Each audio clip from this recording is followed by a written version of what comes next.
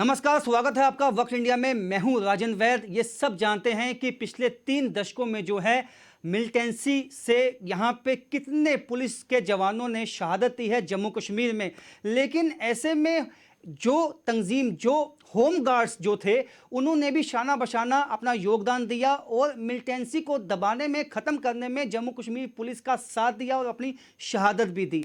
लेकिन ये बड़ी विडंबना है कि आज जो है इतने सालों के बाद भी होम गार्ड्स को इंसाफ नहीं मिला और अपने इंसाफ के लिए कभी एक दरवाजे पे और कभी दूसरे दरवाजे पे ये जाते रहे हैं, लेकिन आज तक इनको आश्वासन ही मिले हैं। हमारे साथ आज स्टूडियो में मौजूद हैं कमला जी हैं, जो होम गार्ड एसोसिएशन की प्रेसिडेंट हैं। साथ में हमारे पवन रेखा जी हैं और साथ में हमारे पल्लवी जी हैं। आप तीनों का स्वागत है वक्त इंडिया में। मैं सबसे पहले कमला जी आपसे ये पूछूंगा, तमाम जो 3 दशक की मिलिटेंसी थी जम्मू कश्मीर में, इसमें होम गार्ड का क्या रोल था और जम्मू कश्मीर में कितनी कुर्बानियां दी हैं आज तक होम गार्ड्स ने? सबसे पहले तो मैं आपका, मीडिया का और आपका बहुत बहुत धन्यवाद करती हूँ कि आपने हमारी आवाज़ उठाने के लिए, जहाँ तक हमें मीडिया ही चौथा स्तंभ है इंडिया का, जो हमारी आवाज़ जहाँ तक पहुँचाते हैं, तो हम सबसे पहले मीडिया के बहुत बहुत आभारी हैं। तो सबसे पहले जे मैं दूर की बात नहीं करूँ, 96 में 26 जनवरी में जब ब्लास्ट हुआ था स्टेडियम के अंदर, जम्मू स्टेडियम के अंदर, तो हमारे होमगार्ड के 3 जवान उस वक्त मरे थे। 3 जवान, कोई पुलिस वाला कोई नहीं था, सिर्फ होमगार्ड के जवान थे। और जहाँ पे मेन वीआईपी गवर्नर साहब थे और उधर ही उनकी ड्यूटी थी, उधर से ही उनकी डेड बॉडियां गई थी। आज तक गवर्नमेंट ने उनको भी इंसाफ नहीं दिया। ये हमारी जम्मू कश्मीर की सरकार है। कमला जी, यहाँ सबसे बड़ा सवाल ये है कि जैसे आपने बताया कि शहादत दी है होम गार्ड्स के जितने भी जवान थे, चाहे वो महिलाएं थी चाहे वो पुरुष थे, लेकिन आपको आज भी 2700 रुपए दिए जाते हैं महीने के। तो आपको लगता है कि जो ये भेदभाव आपके साथ हुआ है, ये कहीं ना कहीं इसके पीछे एक सोची समझी किसी की चाल है? कोई आपको लगता है कि आपको जानबूझ के ऐसा किया गया है या ऐसा रूल है तो इसी के नाते जो है ऐसा हुआ है आपके साथ? आपको इसके पीछे क्या साजिश लगती है? अगर हम चाहते हैं कि सर, अगर रूल था तो रूल तो पूरे इंडिया में एक होना चाहिए ना जी। पूरे हिंदुस्तान में एक होना चाहिए। क्या जम्मू कश्मीर में रूल लग गया? चलो, पहले लोग बोलते थे जम्मू कश्मीर में 370 है, 35 ये है, कुछ ऐसे चीजें हैं, तो नहीं मानते थे जो सुप्रीम कोर्ट का आर्डर। अब जब ड्यूटी बन गया, पूरे हिंदुस्तान का रूल एक है, तो जम्मू कश्मीर की जो होमगार्ड है आज भी उनके साथ भेदभाव क्यों हो रहा है? 3 मार्च 2015 में एक आर्डर निकला था सुप्रीम कोर्ट का। इसमें रिट पटिशन चल रही थी ऑल इंडिया की तरफ से। पंजाब, हिमाचल और दिल्ली वालों ने रिट पटिशन डाली थी जी। तो कई बार रिजेक्ट भी होता केस ऐसे भी, लेकिन उन्होंने जीता जे 3 मार्च 2015 में जी। और कुछ स्टेटों में जो लागू हो गया, तो कुछ स्टेटों में जैसे हमारी जम्मू कश्मीर में नहीं लागू हुआ, बाकी ने चाहे थोड़ा किया। हम चाहते हैं कि अगर देश में बड़ा कुछ बदला, हम चाहते हैं कि जब के हमारे पीएम नरेंद्र भाई मोदी जी आए हैं तो देश में बड़ा कुछ बदला है और बदलाव भी हुआ है। अगर नहीं बदला है, वो जो पूरे ऑल ओवर इंडिया की जो होमगार्ड है उसके लिए एक कानून होना चाहिए, ये कानून लाना चाहिए। जब इन लोगों ने पूरे चाइना के साथ युद्ध लड़ा है, 1946 से जो आए हुए हैं, 1962 में चाइना के साथ युद्ध लड़ा हुआ और इनको अपना ध्वज मिला हुआ है, जैसे जल सेना, स्थल सेना, तो बाजू सेना, उनको तो एक होमगार्ड का ना बाकी फोर्सों को किसी को नहीं मिला। इनके पास अपना ध्वज है, इन्होंने एक अच्छा काम किया था तो इनको ये पुरस्कार मिला था। लेकिन पुरस्कार मिलने के बाद भी आज इनके साथ हम चाहते हैं कि देश के अंदर बहुत प्रधानमंत्री आएंगे जो लाल किले से बहुत भाषण देते हैं, तो हमारे जो ऑल ओवर इंडिया में 6.5 लाख होमगार्ड है, वो भी चाहते हैं कि हमारे कभी लाल किले से कोई ऐसा प्रधानमंत्री आएगा जो इस कानून को भी बदलेगा। पूरे इंडिया में एक कानून होना चाहिए। नहीं कमला जी, यहाँ पे सवाल ये है कि आपने खुद कहा कि जो है ये सुप्रीम कोर्ट का ऑर्डर है कि इसको लागू किया जाए। ये लाजमी सी बात है कि जितनी भी सरकारें जम्मू कश्मीर में रही, आप सबसे मिली होंगी और आपने कहा होगा कि जो ये सुप्रीम कोर्ट का ऑर्डर है, जब बाकी स्टेट्स में लागू हो गया, इस स्टेट में भी लागू किया जाए।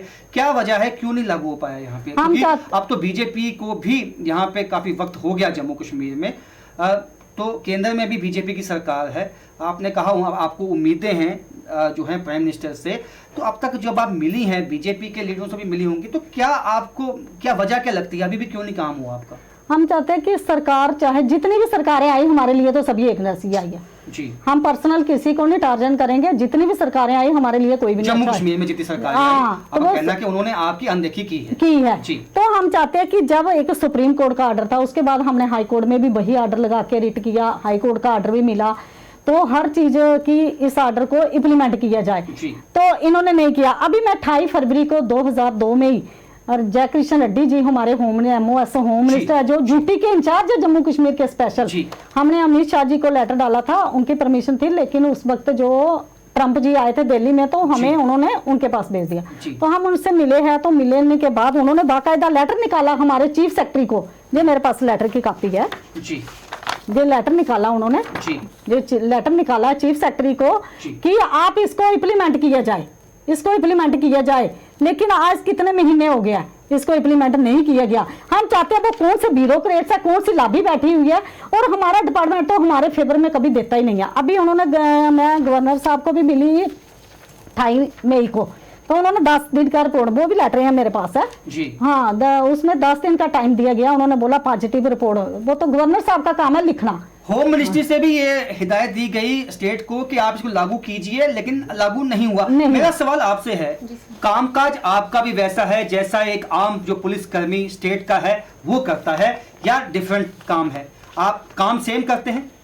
सर, जैसे J&K पुलिस जैसे करती है वैसा ही वही काम हमारे होमगार्ड सैनिक कर रहे हैं, लेकिन उनको बल्कि पूरी जिस तरह से उनको पे दी जाती है, हमारे 9 दिन लग रहे हैं जी। 9 दिन में उनकी जो हमारे जवान है वो कहीं भी काम करने के लायक नहीं रहते हैं, क्योंकि 9 दिन ना आगे के ना पीछे के। अगर वो कहीं प्राइवेट जॉब करने के लिए भी जाते हैं तो, लेकिन अपने 9 दिन तो वो अपने गवर्नमेंट को दे रही है, बट बाकी वाले दिन वो कहाँ जाएगी? अगर वो कहीं फैक्ट्री में जाए, कहीं प्राइवेट जॉब के लिए जाए, तो वो कोई भी नहीं लगाएगा उनको, सीधी सी बात है। और 2700 में कौन अपना घर चलाता है? ये बिल्कुल बिल्कुल। कि कैसे बच्चे को स्कूल में भेजना है, घर चलाना है, घर का राशन पानी लाना, 2700 तो आप खुद समझदार है कि कोई भी घर नहीं चला सकता। बिल्कुल, आपने सही कहा कि आप ना प्राइवेट जॉब कर सकती हैं, ना आप ये इसको छोड़ पाएंगी, क्योंकि 9 दिन आपको देने हैं, 9 दिन का जो है 2700 रुपये जो आपको दिया जाता है।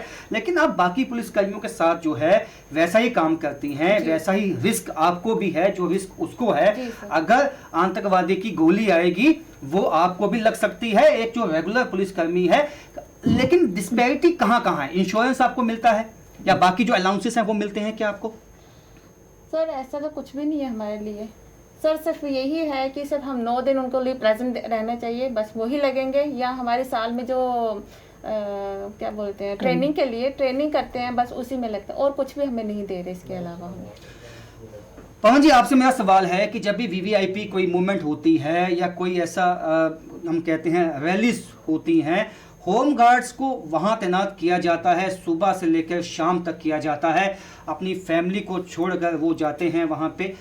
क्या उनको जो है अलाउंसेस उस तरह के मिलते हैं जिस तरह से बाकी पुलिसकर्मियों को मिलते हैं जो स्टेट के जो जिनकी नियुक्ति स्टेट ने की है? नहीं सर, ऐसा कुछ भी नहीं हमें देते हैं। हमारी ड्यूटी पुलिस कर्मियों के साथ लगाते हैं, लेकिन हमें कोई अलाउंस नहीं देता। हमारे जवान पंजाब में भी जाते हैं, रियासी जाते हैं, मतलब आउट ऑफ स्टेट में भी ये जाते हैं, लेकिन कोई अलाउंस नहीं देता। रोटी भी वो अपने मतलब अपने से ही खाते हैं, पैसा कोई एक्स्ट्रा पैसा कोई नहीं हमें देता है, तो नहीं कुछ आज तक ऐसा भी नहीं। अब देखो 94 की मैं भर्ती हूँ, ग्राउंड लेवल पे ये लोग भर्ती करते हैं। अब जब जवान आए थे, जंग आए थे, अब तो बुढ़ापा आ गया है, बिल्कुल अब तो बुढ़ापा आ गया। अब बच्चे भी पूछते हैं कि आप कौन सी ऐसी फोर्स है जो आप घर बैठे रहते हो, तो ड्यूटी भी नहीं जाते। अब 9 दिन की ड्यूटी करके जो यूनिफॉर्म लगा के, तो प्राइवेट कहाँ काम करेगा वो?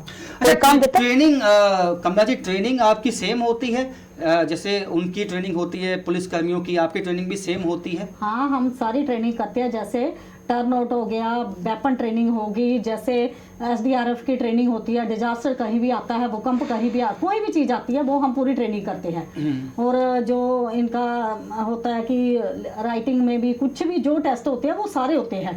पहले जो भर्ती होती थी हमारी, तो वो एक ग्राउंड लेवल पे होती थी, जैसे पुलिस की भर्ती होती थी वैसे ही।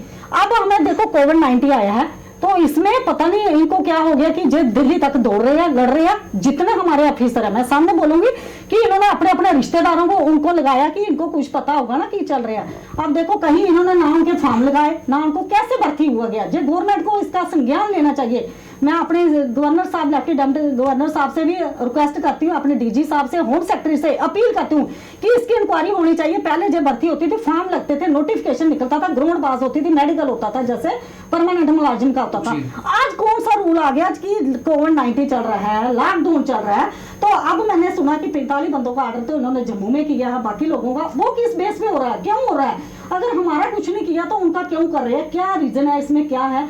और हमारा पैसा सेंटर से बहुत आता है, वो पैसा कहाँ पे जाता है? अभी मैंने सुना कि इन्होंने डेली वेजर का 18,700 कुछ किया, हमें खुशी है क्योंकि वो भी हमारे भाई है, उनका हुआ। लेकिन हम चाहते हैं अपने लेफ्टिनेंट गवर्नर को कि अभी हमें सुनना आ रहा है कि 15 अगस्त तक 5 अगस्त को जहाँ किसी भी वक्त एक मीटिंग होगी, जितना भी डेली भेज रहा है जहाँ कुछ है, हम चाहते हैं कि हमारा होम गार्ड का भी इसमें आना चाहिए इशू, क्योंकि हमने तो सुप्रीम कोर्ट का केस जीता हुआ, हाई कोर्ट का केस जीता हुआ है, बाकी हर मंत्री को सेंट्रल लेवल पे सभी को, जितनी भी सरकारें आई है सर, अगर प्रतिभा पाटिल जी थी हम उनको भी मिले, राष्ट्रपति थी, अगर अभी मनमोहन सिंह जी थे प्राइम मिनिस्टर, हम उनको भी मिले, अगर हमारे बिल्कुल आप सबसे मिले, हमें याद है कमला जी, हमने भी काफी दफा जो है कवर किया है आपकी जो एजिटेशन थी, कई सालों का आपका संघर्ष है, और ये बहुत ही अजीब बात लगती है कि इतने सालों के बाद कई सरकारें जो हैं वो बदल गई, लेकिन आपका जो इशू है वो वहीं का वहीं है। वही तो हम भी कह रहे हैं कि हम यही पूछना चाहते हैं लेफ्टिनेंट गवर्नर साहब से, एक अपील कर रहे हैं, अभी हम अपील कर रहे हैं, हमें बहुत खुशी है कि हम चाहते हैं कि 15 अगस्त तक हम गवर्नमेंट को टाइम देंगे। 15 अगस्त का दिन एक बहुत बड़ा दिन है, इसमें उन्होंने अनाउंसमेंट करनी चाहिए होमगार्ड के लिए, जो सुप्रीम कोर्ट का ऑर्डर है। अगर नहीं करेंगे तो जो डिस्ट्रिक्ट वाइज, जिला वाइज, हर जगह पे जो प्रोटेस्ट भी होगा, लोग बाहर निकलेंगे।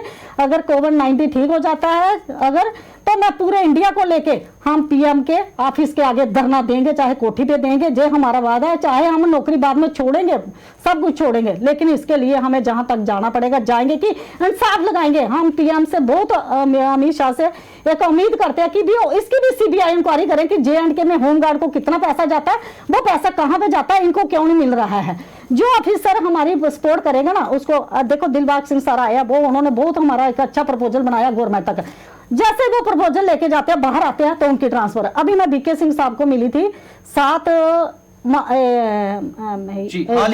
जून में, तो 15 जून के अंदर अंदर ही उनकी ट्रांसफर हो जाती है। उसके पहले भी जब वो आए थे 2018 में भी, 19 में, तो वो भी तब भी हम मिले, वो गए एडवाइजर से भी बात की, तब भी उनको 1 हफ्ते के अंदर चेंज कर दिया कि जी क्या राज है क्या नहीं। हम अपने अपील करते हैं कि जो सेक्रेटरीट के अंदर कोई ब्यूरोक्रेट से जांच होनी चाहिए। हाँ। मेरा सवाल आपसे है, कोविड-19 अभी है, कोविड-19 के चलते जो है कई ऐसे क्वारंटाइन सेंटर्स होंगे, कोविड-19 केयर सेंटर्स होंगे जहां पे होम गार्ड्स की तैनाती की गई होगी।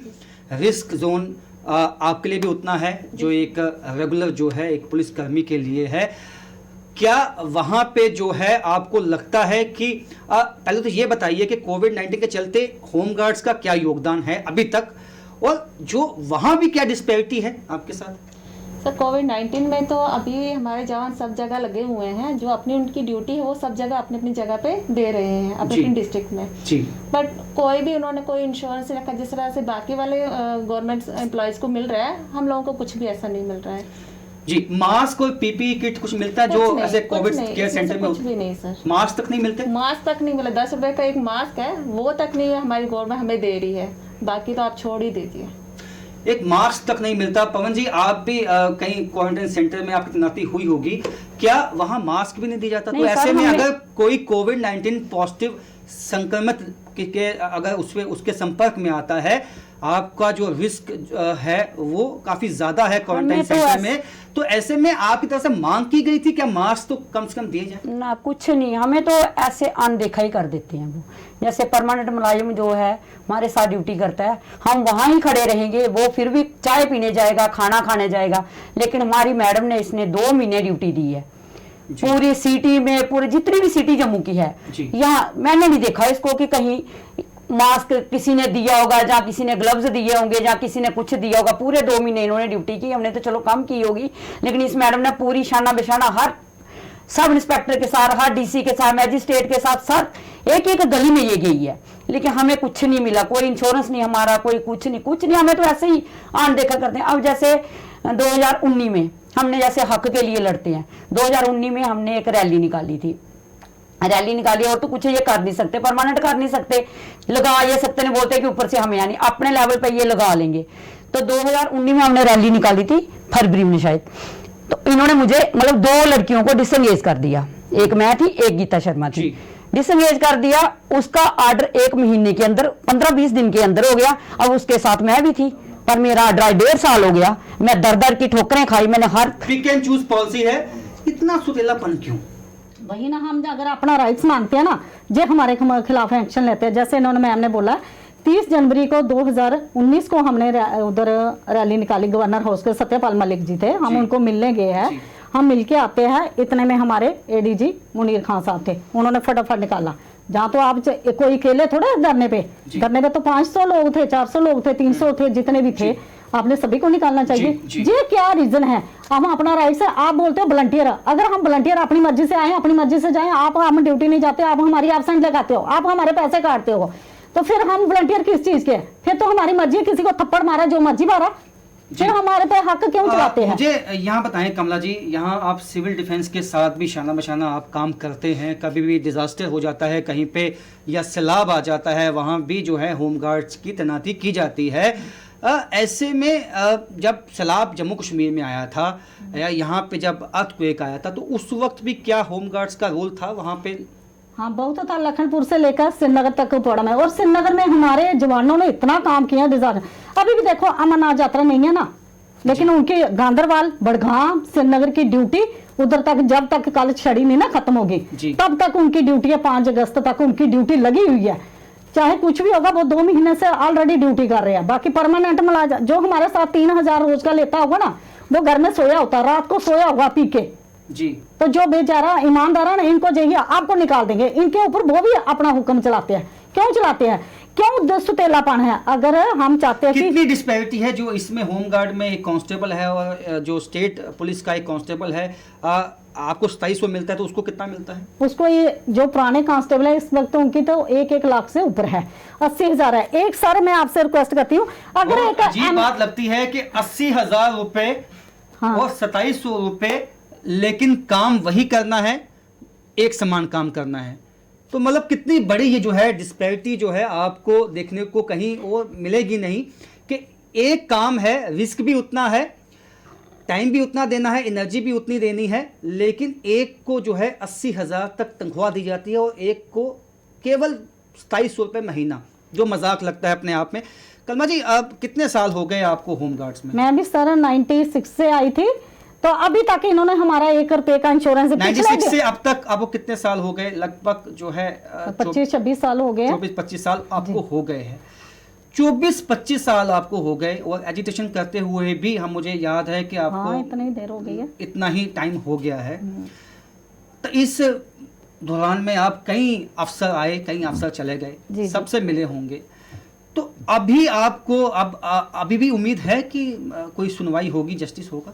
नहीं, अब तो हमें उम्मीद यही है कि ड्यूटी बना है, ऐसे नहीं करते थे। 370 भी टूटा है, 35 ये भी टूटा है। तो हमें मोदी सरकार पे, अमित शाह की सरकार पे बहुत भरोसा है कि अगर इसकी इंक्वायरी वो कराएंगे ना, तो इधर भी बहुत काले चिट्ठे निकलेंगे। मैं बोलती हूँ सीबीआई इंक्वायरी होनी चाहिए। जो पैसा किसके घरों में जाता है, कहाँ पे जाता है, और हमारे लोग मर जाएंगे। हमारे 3 लड़कों की अभी डेथ हुई है हाल में, ऐसे एक ही 3 बच्चियां रह गई छोटी की छोटी, एक के 2 बच्चे छोटे छोटे रह गए। इन्होंने हमारे डिपार्टमेंट को उनको कफन का पैसा नहीं दिया, 10 रुपए जो कफन के लिया। तो कितनी बड़ी शर्म की बात है कि एक बंदा आपके साल से इधर 60 साल नौकरी करके जा रहा है, वो तो अभी छोटे थे, उन्होंने भी 25-25 साल इधर नौकरी की है। इन्होंने कुछ डिपार्टमेंट के जो हमारे अपने, हमारा अगर 15 रुपए वेलफेयर भी काटे, इन्होंने वो भी नहीं दिया इनको, कि उनकी बीवी को जहाँ SRO दे दें, जहाँ कुछ दे दें, वो भी नहीं दिया। तो हम चाहते हैं कि क्या जिंदगी, जहाँ तो जो होमगार्ड J&K से खत्म कर दें। हम ये भी रिक्वेस्ट कर रहे हैं कि इनको अगर जरूरत नहीं है, खत्म कर दो।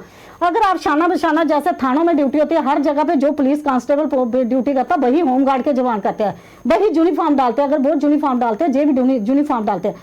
अगर बाकी स्टेट है, उनका इंश्योरेंस है सर, उनका इंश्योरेंस है 50-50 लाख का इंश्योरेंस है, तो हमारा इधर 10 रुपए का इंश्योरेंस नहीं है। अगर किसी को कोविड सेंटर में, जैसे सांबा में लड़के मुझे फोन कर रहे थे, रियासी में, कड़ुआ यहाँ में, जितने भी कोरोना सेंटर बने हुए हैं उनमें इनकी ड्यूटी लगाई। बोलते मैम अगर हमें कुछ हो जाएगा, जे डिपार्टमेंट क्या देगा? जैसे रियासी में अभी लड़कों की लगाई थी, उनको बेचारे को क्वारंटाइन किया गया कि इधर पॉजिटिव आ गया तो आप भी चलो, और उनके ही पैसे काटे, जहां पे वो रहे ना, इनसे ही पैसे काटे। तो कितनी शर्म की बात है कि हम जम्मू कश्मीर में बोलते हैं बहुत हालात सुधर रहे हैं, बहुत कुछ किया जम्मू कश्मीर के लिए। जहां पे इनको अपना फायदा वो कानून सारे लागू है, जहां पे मुलाजिम को देना वो कुछ नहीं। अगर एमएलए 20,000 सैलरी लेता, हम ही देखते हैं जब के हम भर्ती हुआ 20,000 लेता था, 40,000 किया, 40,000 से इन्होंने 80,000 किया। आज 2.5 लाख रुपया ले रहे हैं, चाहे एमएलए चाहे मंत्री। उसको किसी एमएलए का जब किसी मंत्री का बच्चा है होमगार्ड में, अगर वो देश की सेवा हम लोग गरीब कर सकते हैं, वो भी करे ना देश की सेवा। वो क्यों सैलरी लेते हैं इतने इतने, वो 2.5 3 लाख सैलरी ले रहे हैं। जब गुलाम नबी आज़ाद थे उन्होंने 20,000 से 40,000 की थी, उसके बाद महबूबा जी आए 80,000 की थी। आज 2.5 लाख रुपया इनकी सैलरी है, इनके लिए सब कुछ है, लेकिन गरीब के लिए इंसाफ नहीं है। आज अगर मर रहा है ना, मीडियम तबका मर रहा है, गरीब को भी मिल रहा है, अमीर को भी मिल रहा है। लगता है कि सरकार चाहे कोई भी रही हो जम्मू कश्मीर में, लेकिन उसका नजरिया जो खासकर है होम गार्ड्स की तरफ एक जैसा ही रहा? ये तो सर शुरू से ही ऐसे हमें उनकी जैसे सौतेलापन हमारे साथ किया है इन्होंने। तो जैसे बाकी वालों गवर्नमेंट एम्प्लॉय को देते हैं, हमारे से कभी भी इन्होंने ऐसा नहीं किया, ना ही हमें तो पूछा तक नहीं हमें आज तक। तो फैमिलीज जो आपकी है उसको कैसे आप मैनेज करते हैं, जो खर्चे हम हैं? लेडीज हैं फिर भी हम कर लेते हैं, पर जो हमारे जवान हैं घर से निकल रहे हैं, जेंट्स है वो नहीं कर पाते वो नहीं कर पाते हैं। वो उनके लिए तो बहुत मुश्किल से घर से भी। अच्छा, एक चीज आपने बड़ी अहम कही कि अगर जाते हैं तो पैसा नहीं दिया जाता, अगर नहीं जाते हैं तो पैसा काट लिया जाता है। जी जी जी।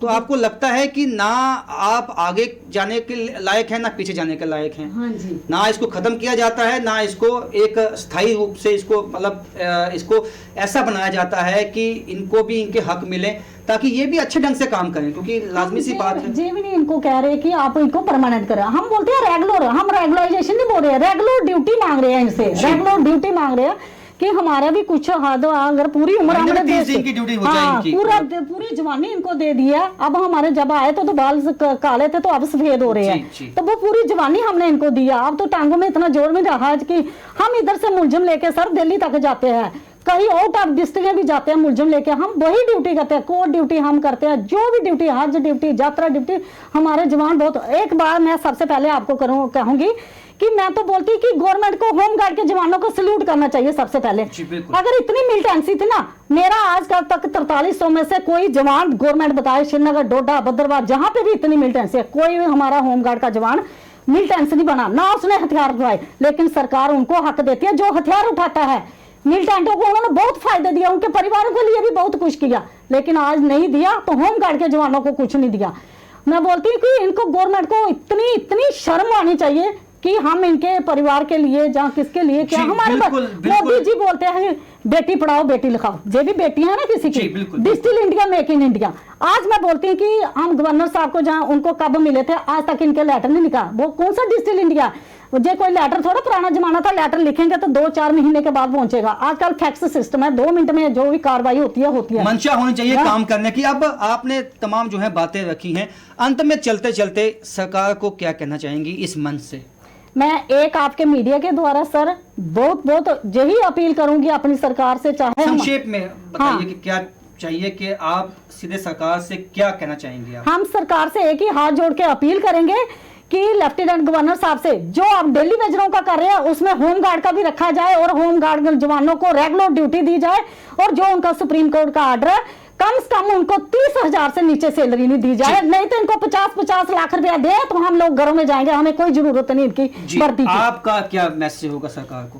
सर मेरा तो यही रहेगा कि जिस तरह से एलजी साहब ने अभी 4th क्लास की जॉब निकाली है, अभी उससे पहले इनके हम जो डेली विजर हैं, हम होम गार्ड हैं, उनको पहले वहाँ पे सेट किया जाए, उसके बाद ये भर्ती की जाए, हम यही चाहते हैं। पवन जी आप क्या बोलेंगी? मैं भी सरकार से यही हाथ जोड़ के विनती करती हूँ कि अब हमारी एज भी होने वाली है, 5-6 साल 7 साल करे, कम से कम घरों को जाएं, हम तो कुछ लेके जाएं तो कुछ हमें भी थोड़ा फील नहीं होगा। तो ऐसे चले जाएंगे तो फील ही होगा, पूरी उम्र नौकरी भी की, पुलिस की नौकरी की, अब रिश्तेदारों के भी आंखों से निकल रहे हैं कि नौकरी करते हैं, तो कम से कम हमारा कुछ किया जाए। और क्या कहना चाहते हैं उनसे? बहुत बहुत शुक्रिया आपका, आप यहाँ पे आए, अपनी बात रखी। तो आप इनका दुख और जो दर्द है वो समझ सकते हैं, क्योंकि 25-26 साल हो गए इनको होमगार्ड्स में, और शाना बशाना जो है मिलिटेंसी रही, लगभग 3 दशक तो हो चुके हैं मिलिटेंसी को। कई लोगों ने जवान जो अपनी जान गंवाई है इसमें, उसमें होमगार्ड्स भी थे। लेकिन इनकी अनदेखी आज तक क्यों हुई है, इसका जवाब तो सरकार दे सकती है, लेकिन हम इतना ज़रूर कहेंगे कि अगर जम्मू कश्मीर में जो है शांति बहाली करनी है और सिविल डिफेंस या बाकी डिजास्टर्स के वक्त जो है अच्छा काम हो, अगर उसको सुनिश्चित करना है तो हमें होम गार्ड्स को मजबूत करना होगा। फिलहाल इतना ही, देखते रहिए वक्त इंडिया।